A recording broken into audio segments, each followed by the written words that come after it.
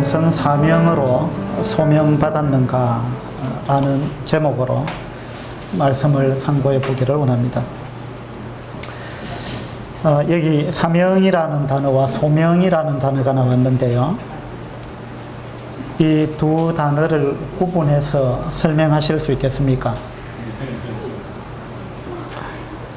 한번 말씀해 보시죠. 사명과 소명. 사명은 일, 무슨 일로 오라고 명령을 받았느냐, 무슨 일을 하기 위해서 명령을 받았느냐. 소명은 불을 섰자. 무슨 일을 하기 위해서 소명을 불을 받았느냐, 이런 뜻이죠. 미안합니다.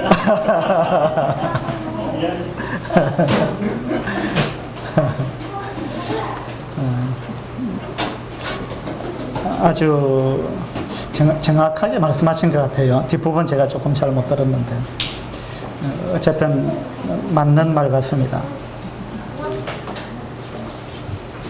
그 소명은 한자로 이렇게 씁니다. 소명, 불을 소자입니다. 불을 소자, 또 명할 명자, 명령할 명자죠.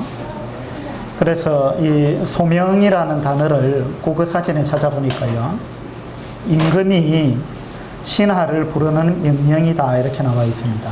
임금이 신하를 부르는 명령. 그 다음에 국어사전에 또 하나의 이제 뜻이 있었는데, 사람이 하나님의 일을 하도록 하나님의 부르심을 받는 일, 이렇게 국어사전에 나와 있습니다. 또 이 단어는 부름으로 순화시켜서 우리말로 소명을 부름이라고 순화시켜서 부르면 좋겠다. 그렇게 국어사전에 나와 있습니다. 그러니까 소명은 이제 부름이라는 뜻입니다. 부름, 불렀다. 불을 소자니까 불렀다는 것입니다. 누가 불렀느냐? 하나님께서 우리를 불렀다라는 이야기입니다. 여러분은 하나님으로부터 부르심을 받으셨습니까? 하나님께서 여러분을 부르셨어요? 예, 하나님으로부터 부름을 받은 자는 얼마나 행복한 사람이겠습니까? 영어로는 calling 이렇게 부릅니다. calling. 그러니까 하나님께서 부르셨다 이런 이야기입니다. 그 다음에 이제 사명이라는 단어는 이 사자는 불일 사자입니다. 그래서 사명을 뜻풀이를 하자면 사자로서 받은 명령 이런 뜻입니다. 사자로서. 사자는 이제 심부름꾼, 사신, 사절 또는 대사 이런 의미가 있습니다. 그래서 사자로서 받은 명령, 이것을 사명이라고 합니다. 그래서 하나님께서 우리를 부르셨는데 뭘 하라고 부르셨느냐, 어떤 사명으로 부르셨느냐, 이렇게 우리가 이야기할 수 있습니다. 그러니까 하나님께서 나를 부르신 목적이 있다는 거죠. 그냥 부른 건 아니죠. 부르신 목적이 있습니다. 그 목적이 사명이 되겠습니다. 이 사명을 또 다른 말로 풀이하자면 맡겨진 임무 이런 뜻이 되겠습니다. 그래서 하나님은 우리를 부르셨는데 목적을 두고 부르셨습니다. 우리한테 무언가 사명을 주셨다는 이야기입니다. 여러분은 하나님으로부터 부름을 받으셨습니까? 그리고 사명을 받았습니까? 하나님으로부터 어떤 사명을 받으셨어요. 이 사명이 있는 자는 행복한 사람입니다. 그리고 자신의 사명이 무엇인지 알고 한 평생을 바쳐서 그 사명에 자기의 모든 것을 던질 수 있는 사람, 그런 삶을 사는 사람, 그런 사람은 참 행복한 사람입니다. 여러분이 한 평생을 내가 무엇을 위해서 내 인생을 던질 것이냐, 이런 부분을 아직 발견하지 못했다면 하나님께서 여러분을 부르시긴 부르셨는데 왜 불렀는지를 모르는 것입니다.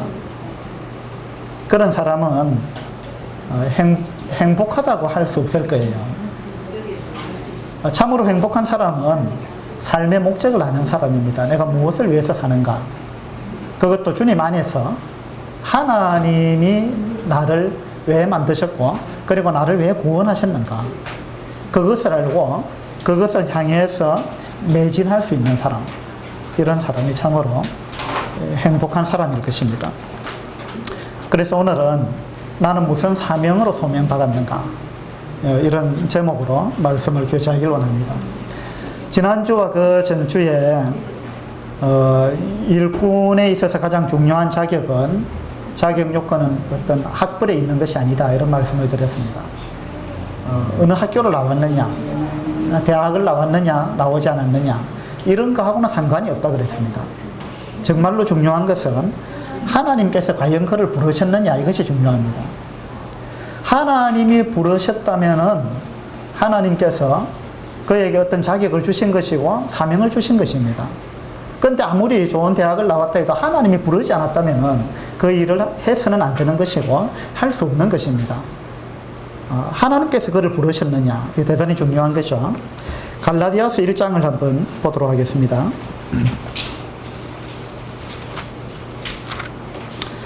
신약 302페이지 정도 되는데요. 갈라디아서 1장 1절입니다.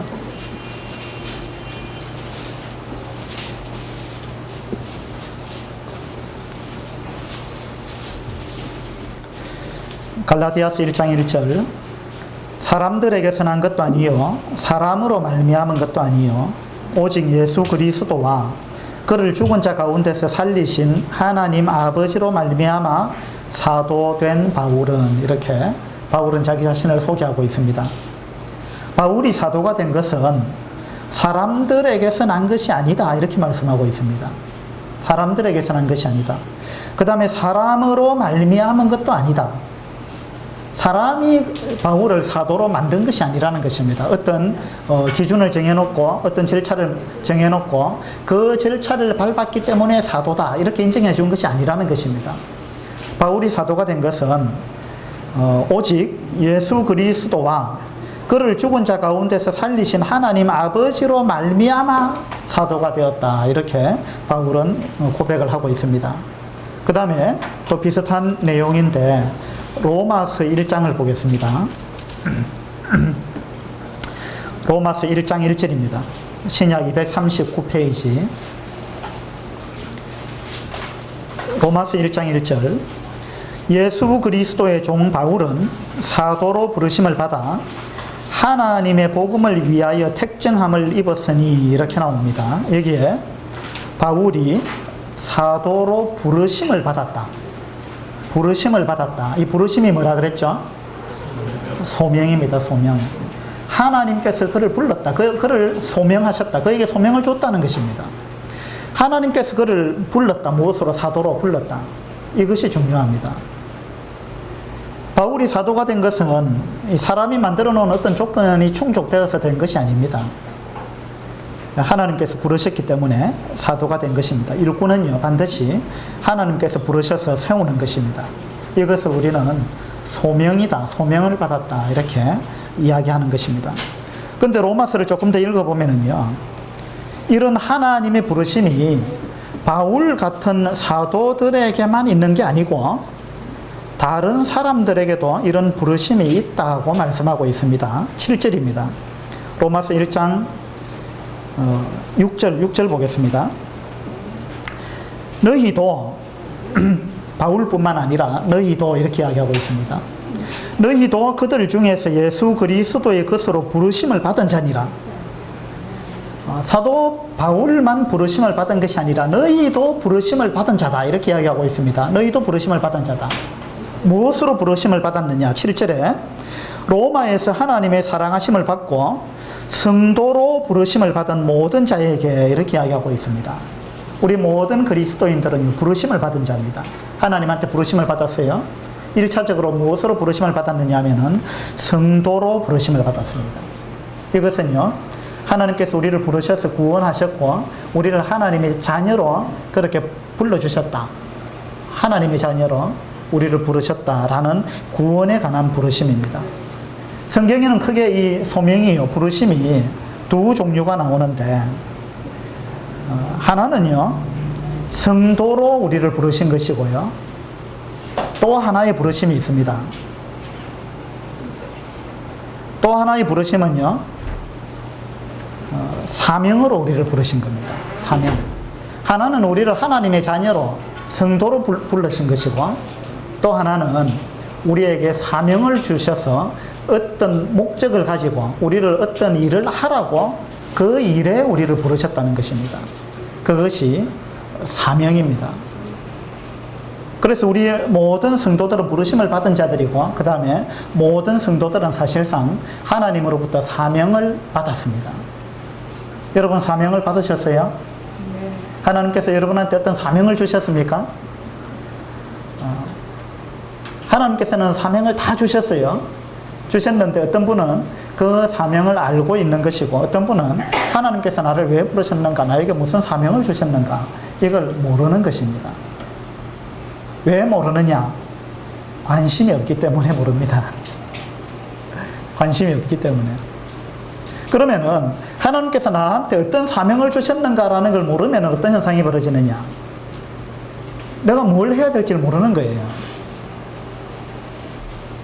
그래서 우리는 주님 오시기까지 우리는 주님을 간절히 기다리는 자들인데 하나님께서 나에게 어떤 사명을 주셨고 무슨 사명으로 나를 부르셨는가를 모르는 사람은 그냥 막연히 주님을 기다립니다. 주님 오시기를 그냥 기다리면서 시간을 보내고 있는 거예요. 그것은 참다운 그리스도인의 삶이 아닙니다. 참다운 그리스도인은 주님을 간절히 기다리면서 그냥 시간을 흘러보내는 것이 아니라 무언가 하나님께서 우리한테 맡기신 일을 충성스럽게 열심히 하면서 주님 오시기를 기다리는 것입니다. 그것이 진정한 그리스도인의 삶입니다. 사명을 모르는 사람은요, 한 달란트 받은 사람이 그 달란트를 땅속에 묻어놓고 그 달란트를 사용하지 아니한 것처럼 마치 그런 사람입니다. 하나님께서 우리한테 무언가를 맡겼는데 그걸 활용을 하지 않는다는 이야기예요. 그런 사람을 하나님은 나중에 게으른 자라고 말씀하시는 겁니다. 그래서 우리 교회 원래 표어가요, 삶으로 예배하고 은사로 섬기자, 이러한 표어를 가지고 지금 올해를 보내고 있는데 우리가 삶이 예배가 되자 이런 부분에 누차 강조를 했습니다. 그래서 이제 은사로 섬기자라는 부분은 이것은 사명하고 연관이 있는 것입니다. 우리가 사명을 어떻게 알 수 있느냐? 그것은요, 내 은사가 무엇인가 이걸 알면은 내 사명이 이것이구나 하고 알 수가 있어요. 왜냐하면은 하나님 우리한테 무언가 사명을 맡기실 때 그 사명을 행할 수 있는 아무런 능력도 주지 아니하고 그 일을 하라고 하지 않기 때문에 그래요. 그래서 하나님 우리한테 어떤 사명을 맡기실 때는 그 사명을 충분히 행할 수 있는 능력을 아울러 주셨습니다. 그 능력을 성경에서는 은사다 이렇게 이야기하는 것입니다. 그래서 우리 성도님들은 각자 자신의 사명이 무엇인지, 나의 은사가 무엇인지 이러한 부분들을 오늘 이렇게 계기로 해서 좀 더 깊이 생각해 보시고 자신의 사명과 은사를 발견하지 못하신 분은요, 이번 계기에 꼭 이것을 찾으셔야 됩니다. 그래가지고 그 일에 남은 생애를 바쳐야 되는 거예요. 그것이 멋있는 삶이에요. 그것이 가치 있는 삶이고 그것이 의미가 있는 삶입니다. 며칠 전에 신문에 보니까요, 우리나라의 국가 경제 규모는 세계 10위랍니다. 10위. 우리나라 상당히 지금 잘 사는 나라입니다. 경제 규모가 세계 10위권 안에 들었다는 이야기입니다. 그 다음에 평균 지능 지수, IQ. 우리나라 국민의 평균 지능 지수가요, 다른 나라하고 비교해 봤을 때 세계 몇 위 정도 될 것 같아요? 세계 2위로 평가받았어요. 2위. 우리나라 국민들의 IQ가 전 세계 나라 중에서 2위에 해당한답니다. 아주 우리는 뛰어난 두뇌를 갖고 있는 민족이에요. 그 다음에 이번에 올림픽은 몇 위 했습니까? 5위 했습니다. 5위. 이 자그마한 나라가요, 전 세계 모든 국가가 참여하는 올림픽에서 세계 5위를 했다는 것입니다. 우리나라가 대단한 나라예요. 그 다음에 유엔이 각 나라의 국민 소득, 교육 수준, 자연 환경, 기대 수명, 의료 수준 등을 종합해서 발표한 삶의 질이라는 어떤 그런 기준을 가지고 평가를 해보니까요, 우리나라가 삶의 질에 있어서 세계 15위에 해당했습니다. 15위. 삶의 질이 상당히 높다 이런 이야기입니다. 그런데 우리나라 국민의 행복 지수는요, 세계 178개국 중에 102등 했습니다. 102등. 행복 지수. 그러니까 우리나라가 경제적으로 굉장히 잘 살고 있고요. 지능 지수도 굉장히 높고, 운동도 잘하고, 국민 소득, 교육 수준, 자연 환경 기대 수명, 의료 수준, 뭐 이런 거 아주 높다는 겁니다. 굉장히 높은데, 행복 지수는 굉장히 떨어진다는 거예요. 행복 지수는 100위 아래로 떨어져 버렸어요. 그럼 왜 이렇게 잘 사는 나라의 국민이 왜 행복하지 못하다고 스스로 느끼느냐? 왜 그런 것 같아요? 왜 행복하지 못하다고 느끼는 것 같습니까? 이건 물론 이제 우리가 비교 평가하기 때문에 그런 것도 있을 것입니다. 뭐 여러 가지 이유가 있겠죠. 그런데 어떤 분은 이렇게 분석을 했어요. 지금 시대는요, 이 연소득이 어떤 나라에 개인이 연소득이 8,000달러 내지는 1만 달러를 넘어서면 경제적인 거하고 행복하고는 별 상관이 없다 그래요. 연소득 8,000달러 내지 1만 달러를 넘어서면, 우리 돈으로 계산해 보니까 뭐 월 소득 한 100만 원 정도 되는 것 같아요. 그러니까 월 100만 원 정도 이상 벌면은 돈하고 행복하고는 별 연관이 없다. 그 이하로 벌 때, 빈곤층일 때 돈이 행복을 좌지우지하지, 어느 정도 돈을 벌게 되면은 돈에 많고 적음하고 행복하고는 아무 연관이 없다, 이런 이야기예요. 그 우리나라 이렇게 잘 사는데 왜 사람들이 행복하다고 못 느끼느냐? 그 원인 중에 하나는 안락하지 못하다, 풍요하지 못하다, 이런 데서 오는 것이 아니고 삶의 의미를 못 느낀다는 데 있다는 거예요. 삶의 의미. 삶의 의미. 내가 사는 의미가 뭐냐? 무엇을 위해 사느냐? 내가 뭘 해야 되느냐? 나의 사명이 뭐냐? 내가 나의 모든 것을 투자해서 모든 것을 던질 수 있는 나에게 주어진 사명이 뭐냐? 이것을 모르고 살기 때문에 사람들은 행복을 모른다는 거예요.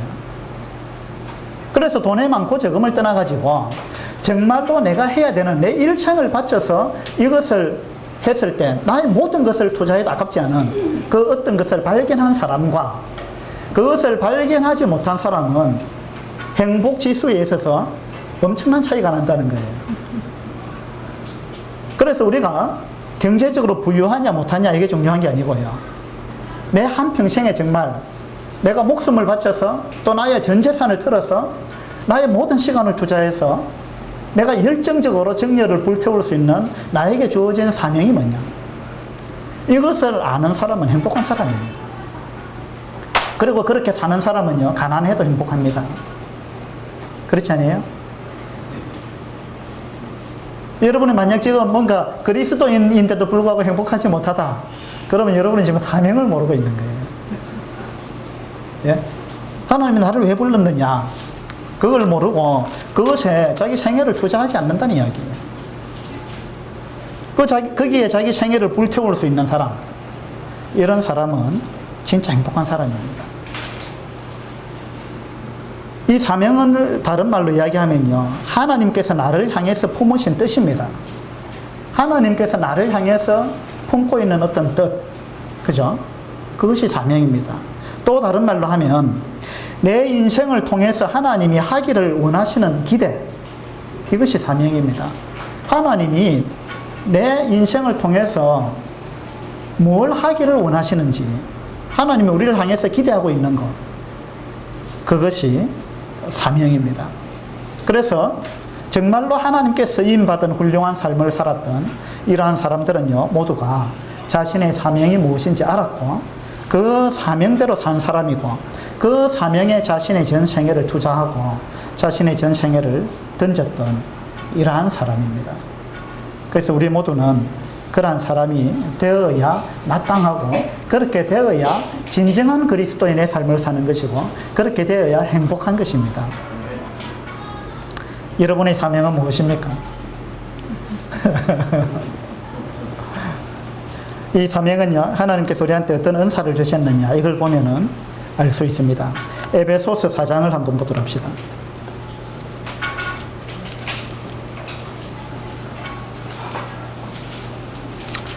에베소서 4장 7절입니다. 우리 각 사람에게 그리스도의 선물의 분량대로 은혜를 주셨나니, 자, 여기에 우리 각 사람에게 그랬습니다. 우리 각 사람에게. 그러니까 하나님은 구원받은 모든 성도에게 선물을 주셨다 그랬습니다. 선물. 우리 각 사람에게 그리스도의 선물의 분량대로 은혜를 주셨다. 은혜를 주셨다. 선물을 주셨다. 하나님의 은혜로운 선물을 우리는 은사라 부릅니다. 은사. 그러니까 하나님께서는 우리 모든 사람에게 은사를 주셨다 라고 에베소서 4장에 말씀하고 있습니다. 그 다음에 12절입니다. 이는 하나님께서 우리 모두에게 은사를 주신 이유가 나와 있습니다. 이는 성도를 온전하게 하여 봉사의 일을 하게 하며 그리스도의 몸을 세우려 하심이라, 이렇게 말씀하고 있습니다. 하나님께서 우리한테 은사를 주신 목적은요, 성도를 온전하게 하는 데 목적이 있습니다. 성도를 온전하게 하는데, 우리가 온전하게 되기 위해서는요, 우리 각자의 은사를 사용해야 되고, 또 다른 성도들의 은사를 사용해서 나를 세워줘야만이 내가 온전하게 되는 것입니다. 우리 혼자로서는 절대 온전해질 수 없습니다. 우리 한 사람 한 사람은 다 불완전한 사람이에요.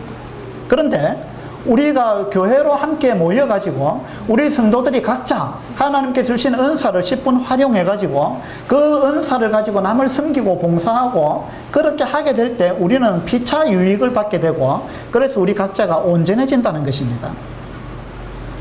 우리에게 은사를 주신 목적이 그것입니다. 이는 성도를 온전하게 하여 그 다음에 봉사의 일을 하게 하며, 하나님께서 우리한테 은사를 주신 두 번째 목적은요, 우리로 하여금 무언가 일을 하게 하는 데 목적이 있습니다. 봉사의 일을 하게 하며, 나의 은사가 무엇인지를 모르는 사람은 일하지 않는 사람이에요. 하나님께서 나한테 주신 영적인 재능, 이것을 모르기 때문에 나는 뭘 잘할 수 있는지 이걸 모르기 때문에 안 하는 거예요. 여러분이 교회에 와서 뭔가 일을 안 하고 있다는 말은요, 여러분 직무유기하고 있는 것이고, 하나님께서 여러분한테 뭔가 임무를 맡겼는데 그걸 안 하고 있다는 이야기고, 왜 안 하느냐? 하나님께서 나한테 뭘 맡겼는지 모르는 거예요. 은사가 무엇인지 모르는 겁니다. 왜 은사를 모르느냐? 무관심해서 그래요. 그 다음에 이는 성도를 온전케 하여 봉사의 일을 하게 하며 그리스도의 몸을 세우려 하심이라. 은사를 주신 세 번째 목적은요, 그리스도의 몸을 세우기 위해서 하나님 우리 각자에게 은사를 주셨습니다. 이 은사를 우리가 활용해야만이 그리스도의 몸이 세움을 입는다는 것입니다. 그리스도의 몸은 교회잖아요. 그래서 교회가 든든히 세워지기 위해서는 우리 각자가 은사를 사용해야 된다는 것입니다. 은사를 활용하지 않는데 교회가 어떻게 설 수 있느냐 이 말이에요. 그래서 우리 모든 성도님들이 자기의 은사를 활용하지 아니하면은 이 교회는요 제대로 설 수가 없습니다. 교회는 설 수가 없어요. 이건 대단히 중요한 것입니다. 교회는요 한두 사람의 어떤 일꾼에 의해서 되어지는 게 아닙니다. 그것은요 일반 교단에 속한 그런 일반 교회들은요 그렇게 할지 모릅니다. 그리고 많이 그렇게 하는 것 같아요. 그래서 전문적인 어떤 성직자를 이제 고용을 해가지고 그 사람한테 많은 월급을 주고 그 사람한테 일을 다 맡기는 것입니다. 맡겨놓고 내가 할 일 당신이 다 하라 이 말입니다. 월급 줄 테니까. 이것이 성직자 제도입니다. 근데 성경에서 이야기하는 교회는 그런 모습이 아니에요. 성경에서 이야기하는 교회의 모습은 어떤 한두 사람 전문 일꾼이 교회를 세워가고 나머지는 그냥 참석만 해주고 그렇게 하는 것이 아니고, 성경에서 이야기하는 교회는 구원받은 모든 성도가 일꾼이 되어가지고 각자 자기의 은사를 가지고 교회를 세우는 것입니다. 각자 자기의 맡은 일을 하는 것입니다. 그래서 성경에서 이야기하는 교회는 모든 성도가 일꾼입니다. 그래서 우리 모든 성도들이 자신의 은사를 가지고 일하지 아니하면 이 교회는 제대로 세워지지 않습니다. 교회는 절름발이가 되는 것입니다. 모든 성도가 일하는 교회, 그 교회가 건강한 교회입니다. 그래서 우리는 이제 자신의 은사를 알아야 되는데요. 스크린에 보시면 은사는 한자로 이렇게 적습니다. 은혜 은자고 줄 사자입니다. 그래서 이 은사를 또 국어사전에 찾아보니까요. 임금이 은혜로서 신하에게 물건을 내려주던 일 또는 그 물건 이렇게 나와 있습니다. 그러니까 아주 높은 사람이 임금이 신하한테 무언가 선물을 주었을 때 그것을 은사라 한다 이런 이야기입니다. 그리고 또 다른 설명이 있었는데요. 국어사전에 이렇게 나와 있어요. 하나님이 준 재능 이렇게 나와 있어요. 하나님이 우리한테 어떤 재능을 주셨습니다. 이것을 성경에서는 은사라고 부릅니다. 은사. 물론 우리가 어머니 뱃속에서 태어날 때부터 우리는 타고난 재능이 있습니다. 그런데 그것을 성경에서는 은사라고 이야기하지 않습니다. 그것은 이제 재능이다 이렇게 이야기하죠. 그런데 성경에서 이야기하는 은사, 이 은사는 영적인 재능인데요. 성경에서 이야기하는 은사는 구원받은 사람에게 그 사람이 구원받는 그때에 하나님이 주신 이 타고난 영적인 재능, 그것을 은사라고 이야기합니다. 그래서 우리는 구원받기 전에도 하나님으로부터 받고 태어난 재능이 있고 그거 외에 우리가 구원받을 때 또 영적인 선물을 받은 게 있다는 것입니다. 영적인 재능. 그러니까 우리는 이 두 가지 재능을 갖고 있습니다. 그것이 영적인 재능을 은사라고 이야기합니다. 헬라 원어로는요, 은사가 카리스마입니다. 카리스마. 이 단어는 많이 들어보셨죠? 카리스마. 요즘은 이 단어가 이제 조금 다른 의미로 쓰이는데, 저 사람 참 카리스마가 있다. 이런 이야기 하잖아요. 그 무슨 말이냐면 어떤 뭐 절대적인 권위가 있다. 또 군중을 막 휘어잡는 어떤 힘이 있다. 뭐 이런 의미로 이제 카리스마라는 단어가 쓰입니다. 물론 이제 원어의 뜻에서 그렇게 파생된 건데, 그러니까 우리 모든 성도님들은 다 카리스마가 있습니다. 여러분, 전부 카리스마가 있는 존재예요. 우리 구원받았다는 말은. 근데 자기가 카리스마가 있다는 걸 몰라요. 그러니까 카리스마가 없이 사는 겁니다. 힘없이, 무능하게. 그러니까 뭔가 하나님으로부터 받은 절대적인 어떤 권위, 이런 것들이 어떤 한 분야는 분명히 자신한테 있습니다. 물론 사람에 따라 은사가 두세 가지가 될 수도 있어요. 어쨌든 간에 최소한 한 가지 카리스마는 우리 모두가 갖고 있어야 되는 겁니다. 갖고 있습니다. 우리가 모를 뿐이에요. 그래서 그 카리스마를 사용을 해야 되는 거예요. 그러니까 하나님이 주신 그 카리스마를 가지고 자신 있게, 힘 있게, 능력 있게 그렇게 그 일을 해야 되는 것입니다. 그걸 할 수 있는 능력을 하나님은 우리 모두에게 주셨습니다. 이 카리스마의 뜻은, 원어의 뜻은요, 하나님께서 주시는 은혜의 선물, 이런 뜻입니다. 영어 성경에는 이 은사를 어떻게 번역해 놨느냐 하면 spiritual gift 이렇게 되어 있어요. 선물이죠, 선물. 영적인 선물. 이것을 은사라 이렇게 이야기합니다.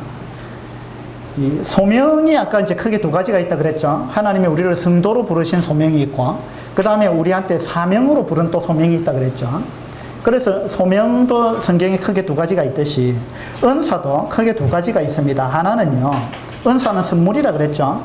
하나님께서 우리한테 이제 주신 선물이 은사인데, 그 은사의 한 종류는요, 구원, 영생, 성령, 그리스도, 이런 것도 성경에서는 은사라고 나와 있습니다. 우리는 구원을 은사로 받았습니다. 구원을 선물로 받았습니다. 하나님이 우리한테 주신 선물이잖아요. 그 구원도 은사입니다. 영생도 은사예요. 그 다음에 성령도 우리가 선물로 받았죠. 이것도 은사입니다. 그 다음에 가장 큰 은사는 예수 그리스도를 우리는 선물로 받은 것입니다. 이런 것이 다 은사예요.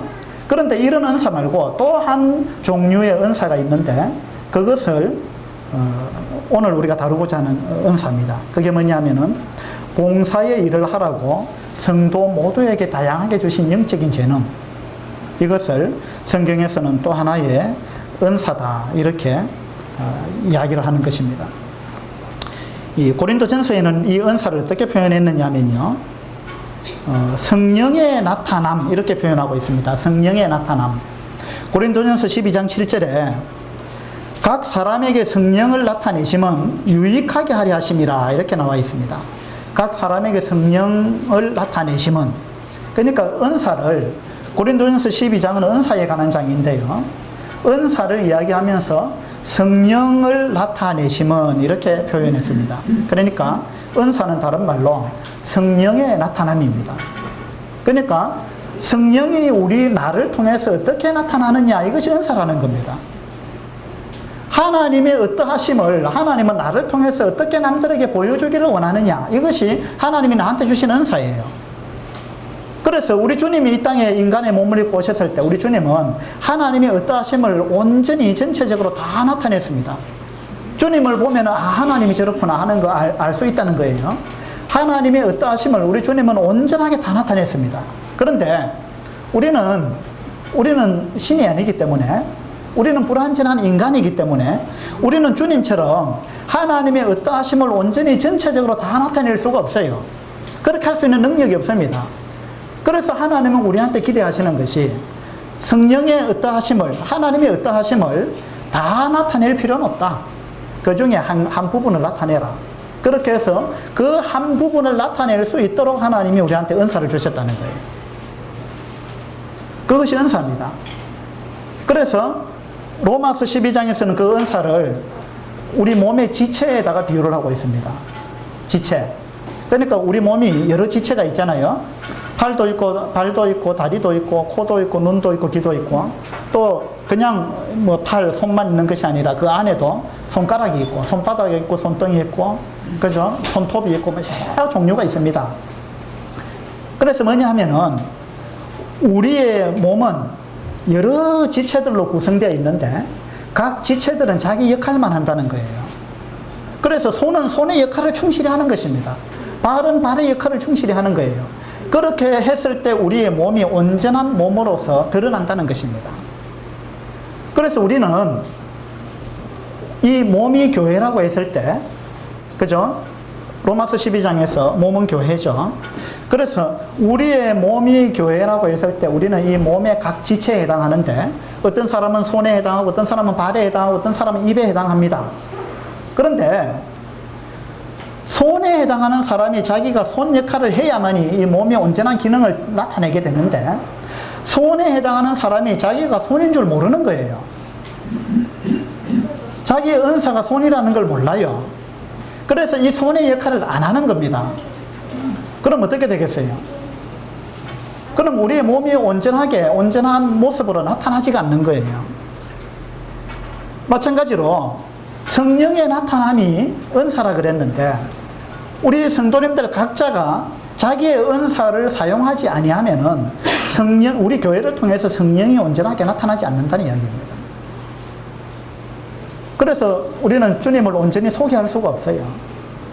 만약에 우리 교회 성도님들이 자기의 은사를 활용하지 않고 은사를 활용하는 분이 몇 분밖에 안 된다면 우리가 세상 사람들한테 주님을 어떻게 보여주고 있느냐면은 주님의 온전한 모습이 아니고 주님의 아주 극히 적은 부분만 보여주고 있다는 거예요. 나머지 부분은 지금 잘못된 모습을 보여주고 있다는 겁니다. 우리의 몸이 자기가 손인데 손의 역할을 안 하게 되면 오른손이 아무 역할을 안 합니다. 예를 들어서 왼손은 열심히 하고 있는데 오른손이 자기 역할을 안 하는 거예요. 한쪽 손이 자기 역할을 안 해요. 오른발도 자기 역할을 안 합니다. 이런 사람을 반신불구라 그럽니다. 맞죠? 교회도 그렇게 될 수 있어요. 교회도 마치 중풍에 걸린 것처럼, 뇌졸중에 걸린 것처럼 반신불구가 될 수 있어요. 왜 그러냐? 자기 은사를 사용을 안 하기 때문에 그렇습니다. 그러면 오른손이 역할을 안 하면은 오른손에 해야 될 일을 왼손이 합니다. 그러면은 왼손은 왼손으로 해야 될 일이 있는데 자기 일만 하는 것이 아니라 오른손의 일까지 함께 해야 되는 거예요. 그렇게 되면. 그래서 오른손이 해야 될 일을 왼손의 일과 오른손의 일까지 다 하려고 하니까 어떻게 되느냐? 왼손이 지칩니다. 이 왼손에 무리가 갑니다. 그러면 결국 어떻게 되느냐? 왼손이 병듭니다. 맞죠? 우리 몸이 그렇잖아요. 교회도 똑같습니다. 여러분이 만약에 여러분 각자가 자신의 은사를 모르고 자신의 은사를 활용하지 아니하면 그 짐을요 누군가에게 지금 지우고 있는 것이고 그 짐을 진 사람이 굉장히 힘들어하고 있는 거예요. 그리고 그 사람이 언젠가 지쳐 쓰러집니다. 그리고 병들어요.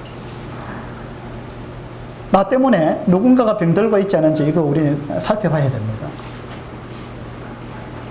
교회는요, 그렇게 되면 안 됩니다. 그런 교회는 건강한 교회가 아니에요. 건강한 교회는 우리 몸이 온 지체가 다 제대로 자기 기능을, 역할을 다 할 때 그 몸이 건강한 몸이듯이 건강한 교회는 그 교회의 구성원 모두가 자기 은사를 알고 자기 은사를 가지고 섬기는 거예요. 그 교회가 건강한 교회입니다. 그렇지 않은 교회는요, 이 반신불구의 교회인지도 모릅니다. 그런 교회는 건강한 교회가 아닙니다. 나 때문에 혹시 우리 교회가 병들어 있지 않은지 이런 부분을 우리가 살펴보는 것이 대단히 필요합니다. 이 세상에는요, 실업자들이 많이 있는데요, 교회 안에도 실업자가 많아요. 교회 안에도. 교회 안에도 영적인 실업자가 많은 것입니다. 하나님이 나한테 무슨 일을 맡겼는지 모르니까 일을 안 하잖아요. 그 영적인 실업자입니다. 실업자에게 돈을 준다고 되는 게 아니고요. 실업자에게는 직업을 줘야 됩니다. 그죠? 직장을 줘야 됩니다. 그 직장이 없던 사람이 직장을 구하게 되면 얼마나 기쁘겠어요. 그 직장이 직장 없이 오랜 세월을 보낸 사람이 어떤 직장을 얻게 되면 그 월급을 적게 준다 할지라도 그 직장에서 직장에 출근할 수 있다는 자체가 기쁨이고, 거기서 무언가 내가 무료하게 보내지 않고 일을 할 수 있다는 것이 엄청난 행복일 것입니다. 우리 영적인 삶도 똑같습니다. 여러분의 은사를 발견하지 못하고 그 은사를 활용하지 않는 사람은 이 실업자고요. 기쁨이 없는 것입니다. 그래서 자기 직업을 꼭 찾으시기 바랍니다. 교회 안에서 자기 직업을 찾아야 돼요. 여러분은 교회에 뭘 하러 오십니까? 교회에 왜 오시는 거예요? 말씀 들으러 오십니까? 예배 드리러 오십니까? 그것도 맞아요. 물론 말씀 듣기 위해서 오고 예배 드리러 옵니다. 그런데 그것이 전부가 아니에요. 더 중요한 것이 있습니다. 그건 뭐냐 하면은, 교회에 내가 무언가를 얻기 위해서 오는 게 아니고요, 무언가 주기 위해서 와야 됩니다. 내 은사를 가지고 에베소서 4장에 은사를 주신 목적이 성도를 온전케 하며 교회를 세우기 위해서 그렇게 주셨다 했잖아요. 봉사 일을 하게 하며. 그래서 하나님 우리한테 은사를 주셨기 때문에 우리가 교회에 올 때 우리가 실업자로 오는 게 아니고 내가 무언가 임무를 가지고 오는 거예요. 그래서 나는 교회에 섬기러 온다. 나는 교회에 봉사 일을 하러 온다. 성도를 섬기기 위해서 온다. 교회를 세우기 위해서 온다. 이런 마음을 가지고 교회에 오는 것이 맞습니다. 근데 교회에 뭔가 받으러 오는 사람이 있습니다. 물론 와서 이제 주기도 하고 받기도 하지만 주지는 않고 받기만 하려는 사람이 있다는 거예요. 이런 사람의 특징은 뭐냐면은 받으려고만 하니까 어린애고요. 그 다음에 받으려고만 하는 사람은 10중 8구 불평하고요, 원망하고 남을 판단하고 이럽니다. 받으려고만 하면 왜 나는 더 받아야 되는데 안 주는가 이렇게 생각하는 거예요. 받는 것보다 주는 것이 더 행복하다 그랬잖아요. 이 주는 기쁨을 알아야 돼요. 그래서 교회에 와서 내가 뭘 해야 되는가? 하나님께서 나한테 뭘 맡겼는가? 내가 오늘은 교회에 와서 누구를 섬길까? 무엇으로 섬길까? 어떻게 교회에 내가 유익을 끼칠 것인가? 교회에 어떻게 내가 덕을 세울 것인가? 어떻게 해서 내가 나를 통해서 오늘 성령님을 나타낼 것인가? 이런 마음을 갖고 교회를 오시는 분들은 그런 부정적인 생각에 빠지지 않습니다.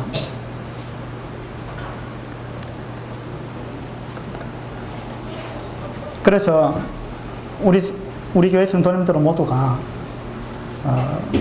이번 계기를 통해서요, 나의 은사가 뭔가, 하나님께서 나한테 맡기신 사명이 무엇인가, 이걸 반드시 좀 고민해 보시고 그걸 이제 몇 주 내에 찾으시게 되기를 바랍니다.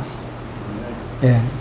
교회는요, 지난번에도 말씀드렸습니다만은 유람선 같은 교회가 있고 군함 같은 교회가 있다 이렇게 말씀드렸습니다. 유람선의 특징은요, 거기 유람선 안에는 수많은 사람이 그 유람선에 타고 있을지라도 일하는 사람은 몇 명 없습니다. 거기 선장이나 갑판장이나 몇 사람은 일하고 나머지는 다 뭐 하는 사람이에요? 노는 사람, 구경하는 사람, 관광하는 사람입니다. 교회도 이제 그런 교회가 있고요. 그 다음에 군함 같은 교회가 있는데, 군함에 많은 사람이 타고 있습니다. 군인들이. 그런데 그 군함에 타고 있는 군인들은 다 주어진 임무가 있습니다. 거기 그냥 앉아서 구경하는 사람 아무도 없습니다.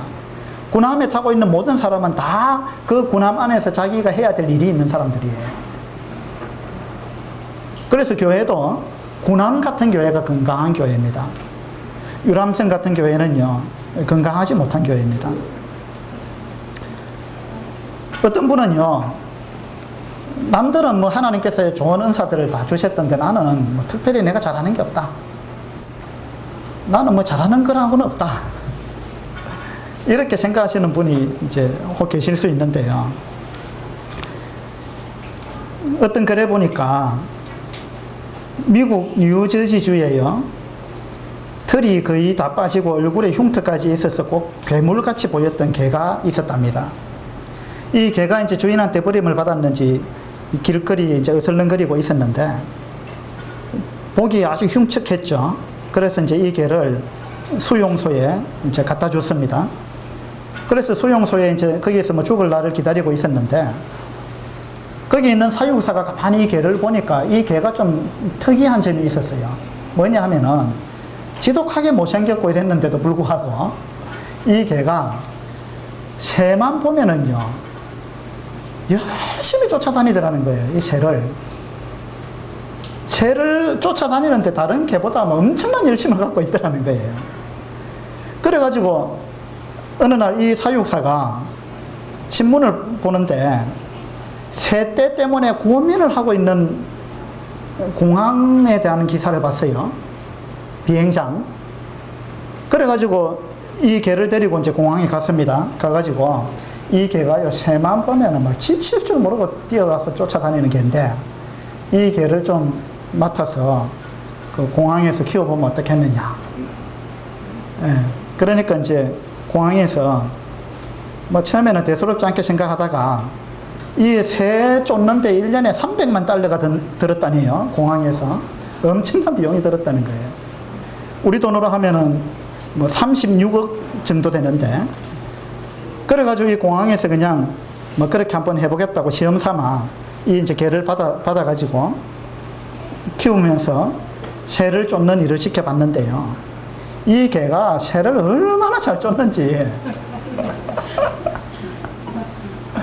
이 못생긴 개가 새를 그렇게 잘 쫓더라는 거. 그래가지고 1년에 36억 원을 공항에서 벌었다는 거예요. 이걸 절약했다는 겁니다. 그래가지고 이 개 이름을 터빈이라고 이름을 붙이고 표창장까지 줬다네요. 그게 무슨 말이냐 하면, 이 개가 아주 그냥 죽기 직전까지 갔는데 버림받고 아무런 그냥 쓸모도 없어 보였는데, 그런데도 잘 보니까 이 개도 쓸모가 있더라 이 말이에요. 뭔가 재능이 있더라 이 말이에요. 우리도 똑같습니다. 어떤 분은 자기를 너무 비하시켜가지고 나는 잘하는 게 아무것도 없다. 뭐 하나님이 남들한테는 좋은 거 다 주셨더만 나한테는 뭐 별 것도 안 주시고 나는 잘하는 게 없다. 이렇게 생각해서는 안 된다는 거예요. 왜냐하면 하나님 말씀에 하나님 우리 각자에게 다 은사를 주셨다고 말씀하고 있기 때문에 그래요. 하나님이 나한테 은사를 주셨다는데 나는 받은 게 없다 그러면 이게 누가 지금 잘못된 거예요.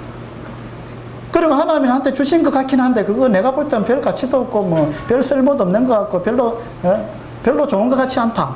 그러면 뭡니까? 하나님이 안 좋은 거 줬다는 이야기예요. 왜 하나님을 나쁜 분으로 만드는 거예요? 대통령이 우리한테 뭐 선물을 줬는데 에이 뭐 쓸모없는 이런 걸 줬느냐고. 대통령이 선물 줬는데 그렇게 하찮은 거 줬겠어요? 그러면은 일국의 대통령도 선물을 준다면 그래도 가치 있는 거 안 주겠어요?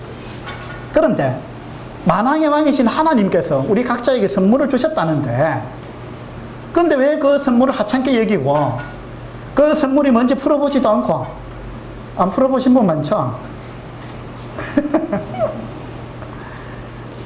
그게 뭔지 모르고 사용하지도 않고 구석에 처박아 놨다면은 이건 하나님에 대한 모독입니다. 그래서 자신의 은사를 이번 기회에 꼭 발견하시게 되기를 바랍니다. 에베소서 4장하고요, 로마서 12장하고 고린도전서 12장 이 세 군데에 은사의 종류에 대해서 좀 나와 있습니다. 적어 놓으세요. 에베소서 4장하고요, 로마서 12장, 그 다음에 고린도전서 12장 이 세 군데에 은사에 대해서 자세하게 설명하고 있고 은사의 종류를 나열해 놓고 있습니다. 물론 여기에 나오지 않는 은사들도 있습니다. 은사의 종류는 여러 가지가 있습니다. 그냥 아까 이야기했다시피 그냥 손 이렇게만 이야기할 수도 있지만 손바닥도 있고 손등도 있고 손가락도 있고 손톱도 있고 손마디도 있고 손 안에도 여러 종류가 있는 것입니다. 마찬가지로 은사도 아주 세분화시키면은요 많은 은사의 종류가 있습니다. 하나님께서 우리한테 다 같이 그냥 손을 주셨다 해도 내 손과 또 다른 분의 손이 다르듯이 지문도 다르고 또 똑같은 손이라도 그 손이 하는 일을 보면은요 사람마다 달라요. 그러니까 하나님은 우리 각자에게 은사를 주셨는데 각자에게 고유한 은사를 주셨다는 이야기입니다. 아무도 흉내낼 수 없는 나만의 은사, 하나님은 그런 은사를 우리한테 주셨어요. 아무도 갖고 있지 않는 지문, 나만의 지문을 내가 갖고 있듯이 하나님이 그렇게 주셨듯이 은사도 내가 갖고 있는 은사, 예를 들어서 내가 갖고 있는 은사가 교사의 은사다, 말씀을 전하는 은사다, 또 누구도 말씀을 전하는 은사를 하나님 주셨다 할지라도 그 사람과 나하고는 말씀을 전하는 은사라 할지라도 색깔이 다른 거예요. 또 뭔가가 다르다는 거예요. 그러니까 똑같은 은사를 할지라도 100% 똑같은 은사는 없습니다. 그래서 우리 가운데 필요 없는 사람은 아무도 없다 이런 이야기입니다. 하나님은 우리 각자에게 고유의 그러한 은사를 다 주셨습니다. 그래서 그 은사를 잘 발견하셔가지고 여러분이 실업자 신세를 면하시고 하나님께서 맡기신 사명, 그 사명에 여러분의 남은 생애를 아낌없이 던지는 그러한 삶을, 남은 삶을 살아가시게 되기를 바랍니다. 그것이 행복입니다. 그것이 참 그리스도인의 삶입니다. 여러분이 그것을 발견하셨다면, 은사와 사명을 발견하셨다면 거기에 여러분의 모든 것을 걸어야 됩니다. 거기에 여러분의 모든 것을 투자해야 됩니다. 그래야 여러분이 나중에 주님을 만났을 때 후회하지 않는 거예요. 나는 다른 거는 몰라도 하나님께서 맡기신 이 일에 나의 모든 것을 투자하고 여기에 나는 충성했습니다 라고 우리가 이야기할 수 있어야 되고, 하나님으로부터 부지런하고 충성된 그러한 삶을 살았다는 그러한 칭찬을 받게 될 것입니다. 우리 성도님들 모두가 그렇게 되기를 바랍니다. 기도하겠습니다.